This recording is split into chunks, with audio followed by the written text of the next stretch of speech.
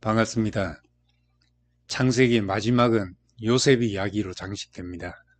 요셉 이야기는 창세기의 결론일 뿐만 아니라 출애굽기라는 큰 구원의 서곡입니다. 야곱에게는 12아들이 있었지만 그 마음은 라헬에게서 낳은 요셉만을 특별히 더 사랑했습니다. 채색옷이라는 상징적인 편에는 아들들 사이에 시기와 질투의 골을 만들었습니다. 요셉은 어린 시절 철없이 자신이 꾼 꿈 이야기를 형들에게 자랑했습니다. 그 꿈은 자신이 형들에게 절을 받는 내용이었고 그 말은 형들의 시기와 분노를 일으키기에 충분했습니다. 어느 날 형들이 멀리 떨어진 곳에서 양떼를 돌보게 있을 때 야곱은 요셉을 보내어 그들이 어떻게 지내는지 알아보도록 했습니다. 이것이 창세기를 마무리 짓는 엄청난 사건의 시작입니다. 형들은 멀리서 요셉이 오는 것을 보고 특히 아버지가 요셉에게만 입혀준 채색옷을 보고 분노했습니다. 그래서 요셉을 죽여버리자고 의기투합했습니다. 오직 장남 르우벤만 동생들의 손에서 요셉을 구원하고자 했는데 르우벤이 없는 사이 유다가 지나가는 상인에게 요셉을 팔고자 하여 은 20을 받고 팔아넘겼습니다. 형제들은 요셉의 옷에 피를 묻혀 아버지에게로 가져갔고 야곱은 그 옷을 붙잡고 울부짖었습니다.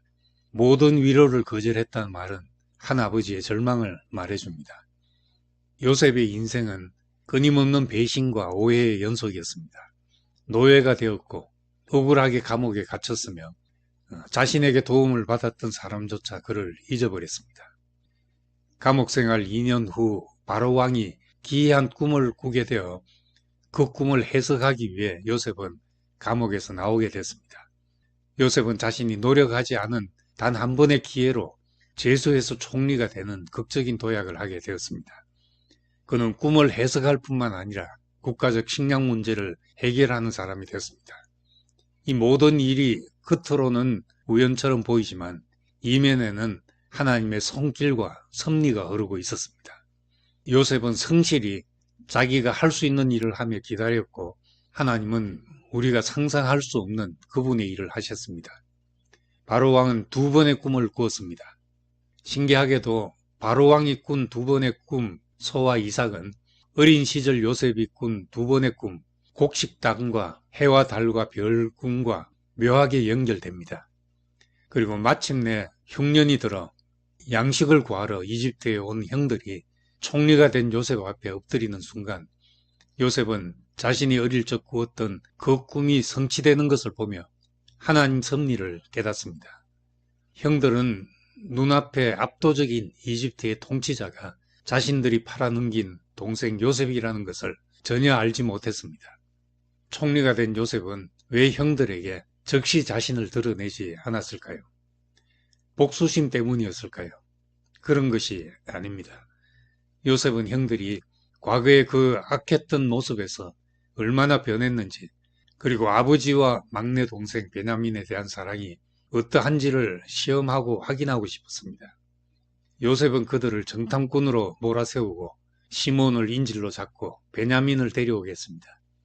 이 과정에서 형들은 과거 요셉에게 저지른 죄를 떠올리며 괴로워합니다. 우리가 아우 요셉에게 죄를 지었다. 그가 우리에게 살려달라고 애걸할 때 그가 괴로워하는 것을 보고도 외면해서 우리가 지금 이런 일을 당한다. 그들은 비로소 자신들이 요셉에게 한 일을 끄집어냈습니다. 마침내 베냐민을 데리고 왔을 때 요셉은 베냐민에게 특별한 대우를 합니다. 마치 아버지가 자기를 편애했을 때가 생각나도록 하고 요셉은 형들의 반응을 보았을 것입니다. 아버지의 편애 때문에 자기를 미워한 형들이 막내 베냐민이 사랑받는 모습을 보고 어떻게 반응하는지 형들이 얼마나 변했는지 보고 있었던 것입니다. 마지막 시험으로 요셉은 베냐민의 자루에 자신의 은잔을 넣고 그를 범죄자로 몰아세웠습니다. 그 은잔은 마치 과거 은 20에 자신을 팔아버린 사건을 연상시키는 것이었습니다. 그야말로 망연자실한 일이었습니다. 그 옛날 자기를 팔고자 했던 유다가 요셉에게 가까이 가서 간청합니다. 아버지가 막내를 얼마나 사랑하는지를 말하고 베냐민 석방을 위해 자기가 노예가 되겠다고 선언합니다. 더 이상 유다는 요셉을 팔아버리자고 하던 그 사람이 아니었습니다. 유다가 베냐민 대신 노예가 되겠다고 하는 말에 요셉은 무너졌습니다.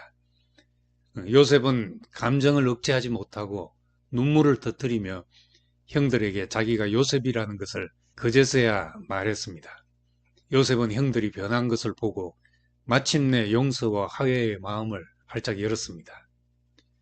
창세기를 자세히 보면 아버지와 아들 관계에 대한 묘한 긴장이 존재합니다. 아브라함은 아들 이스마엘을 내쫓았고 이삭을 번제물로 죽이려 했습니다. 이삭은 야곱보다 에서를 더 사랑했습니다.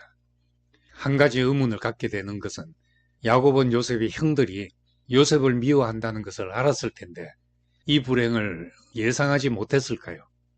자신도 형의 미움을 받아 도망갔었고 에서를 만났을 때 심히 두려워했으며 야복 강가에서 밤새 씨름하는 일이 있었습니다. 그런데 야곱이 왜 요셉을 미워하는 형들에게 보냈을까요? 아버지는 정말 나를 사랑했을까? 요셉은 의문이 들 수도 있었을 것입니다. 프로이드가 오이디푸스 콤플렉스라고 말한 아버지와 아들 사이의 긴장이 창세기 곳곳에서 발견됩니다. 또 창세기에 나오는 형제들은 사이좋은 형제가 없었습니다. 가인은 동생 아벨을 죽였고 이스마엘은 이삭을 조롱하다가 쫓겨났습니다. 에서는 쌍둥이 동생을 아버지 사후에 죽이려는 마음을 가졌고 야곱의 12아들은 그야말로 콩가루 집안이었습니다. 이 모든 관계의 긴장은 겉으로 나타난 일 뒤에 숨어있는 하나님의 손길이 보일 때 마침내 풀어집니다. 창세기 마지막에 이르러서 요셉의 인생 해석을 통해 오랫동안 있어왔던 반목과 긴장이 사라지게 됩니다. 요셉은 형들의 음모나 자기를 노예로 팔았다는 사실을 언급하지 않았습니다. 노예로 죄수로 보낸 잃어버린 세월에 대해서도 말하지 않았습니다. 무엇도 누구도 탓하지 않았습니다. 형들을 용서할 뿐만 아니라 형들을 죄책감에서 벗어나도록 말했습니다. 당신들은 나를 헤아려 했으나 하나님은 그것을 선으로 바꾸사 오늘처럼 많은 백성의 생명을 구원하려 하셨습니다. 이 말씀은 창세기의 마지막 백미와도 같은 말씀입니다. 선악과를 먹고 자기가 판단의 중심이 되어 살아가는 인간 세상에 폭력과 살인 같은 저주가 계속되었지만 어떤 일도 선으로 바꾸시는 하나님의 섭리와 손길을 경험할 때 보복의 악순환의 고리가 끊어지고 축복의 선순환이 일어나게 됩니다. 그뿐 아니라 가족을 넘어서 나라가 되고 하나님의 집이 되는 출애굽기를 시작하는 사건이 되었습니다. 참된 자유는 복수에 있지 않고 용서에 있습니다.